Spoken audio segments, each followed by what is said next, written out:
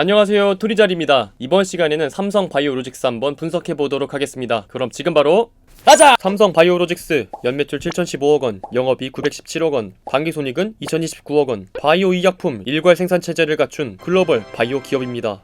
여러분은 삼성 바이오로직스가 뭐하는 회사인지 혹시 아세요?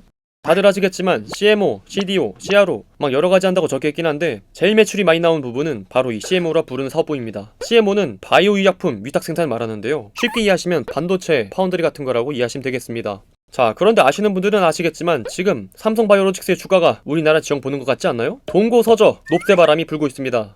대체 삼성 바이오로직스가 이렇게 높은 가치를 평가를 왜 받는 것일까? 그리고 사람들이 쌈바 좋다고 하는데 왜 대체 좋은지 이번 시간에 한번 알아보는 시간 갖도록 해보겠습니다. 우선 우리나라의 바이오 의약품 시장의 전망을 알기 위해서는 이 기사로 시작할게요. 토리자리 기업 분석 리포트를 쭉 보신 분들은 아실 겁니다. 믿기 힘드시겠지만 우리나라는 올해부터 인구 감소가 시작이 되었습니다. 사망자 수가 출생아를 역전했고 출생아 수는 1월 기준 2011년 47,577명에서 2020년 26,818명으로 그대로 쭉 낙하했어요. 이 인구 감소라는 스노우볼이 한국 경제에서 어떻게 흘러가냐면은 이게 정말 실화인가 싶은데, 한국 인구 고령화 2049년 1번 넘어 2030년 이후 경상수지 적자, 2030년이면 경상수지가 적자라고 합니다. 먼 훗날 얘기가 아니에요. 당장 10년 뒤면은 대한민국의 경상수지가 적자로 전환이 돼요. 경상수지는 여러가지 지표들이 있지만 그냥 간단하게 설명만 드리면은 앞으로 인구 고령화로 인해서 국가 생산성 저하로 수출보다 수입이 더 많아지는 거죠. 유엔에 따르면 2049년 한국은 일본을 넘어서서 2066년 총인구의 42.1%가 노인인구가 될 것이라고 전망했고, 우리나라 통계청 역시 2067년이면은 고령인구 비중이 46.5%가 될 것이라고 발표를 했습니다. 얼마 안 남았습니다. 10년 뒤부터는 한국의 미래는 경상수지 적자, 노년인구 비중 증대가 되면서 노동인구 감소, 경제 위축, 연금 지출 증대 등으로 경제 위기가 예상이 되고 있어요. 게다가 기존 대한민국을 지탱하던 산업들이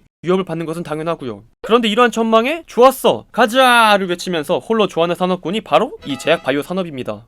인구 고령화가 가속화되면서 바이오 제약 산업은 의약품 수요가 증가하면서 규모가 나도 성장하고 있습니다. 국내 의약품 시장은 지난 5년 동안 매년 4.5%의 성장률을 보이면서 세계 시장의 1.6% 순위 12위를 차지할 정도로 성장을 거듭하고 있습니다. 세계 의약품 시장도 최근 5년간 연평균 5.2% 성장하면서 빠르게 성장하고 있죠.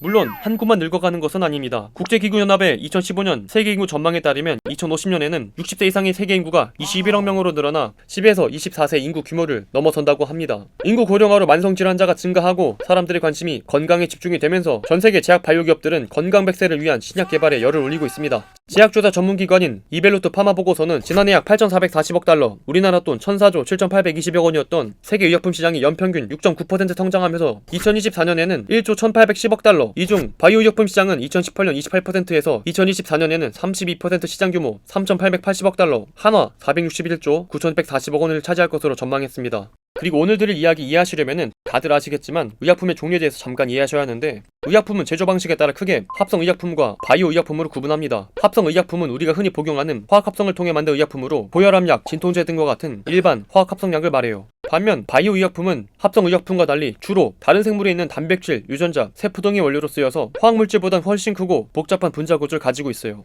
그래서 바이오 의약품의 주요 타깃인 암, 당뇨, 류마티스 관절염 치료제 등 성인병 치료에 많이 쓰이는 데다가 표적 장기에 직접 관여해 우수한 효과를 낼 뿐만 아니라 합성 의약품에 비해 부작용도 적은 장점을 지니고 있어요. 이러하니 인구 고령화가 진행됨에 따라 바이오 의약품의 수요는 지속적으로 시장 규모가 커지고 있는 것이죠. 물론 바이오 의약품 만드는 과정은 일반 합성 의약품에 비해 상당히 까다로워요. 살아있는 원료를 쓰기 때문에 환경을 정확하게 맞추지 않으면 효능이 크게 달라지고, 특허가 끝나 복제를 만들다 하더라도 동물세포나 대장균 등 살아있는 세포는 배양하는 조건과 다듬는 방법 등에 따라 달라지기 때문에 처음 만든 제품과 완전히 동일하게 만드는 것은 불가능하죠.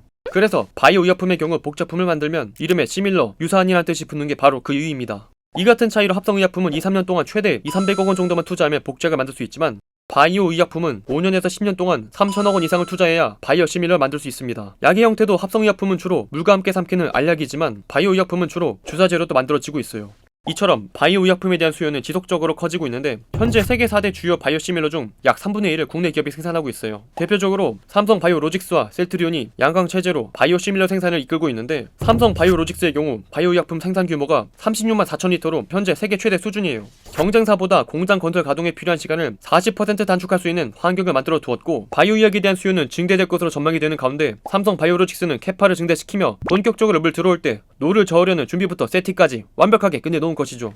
그리고 국내 바이오 분야를 더욱더 장밋빛으로 전망된 이유는 최근 국내 제약 기업들의 행보입니다. 국내 제약 기업 100곳의 개발 중인 신약 파이프라인 중 바이오 신약 비중이 합성 신약을 넘었고 총 953개 임상 연구 가운데 433개 45.4%가 바이오 신약으로 국내 기업들 역시 바이오 의약품 시장에 뛰어들고 있어요.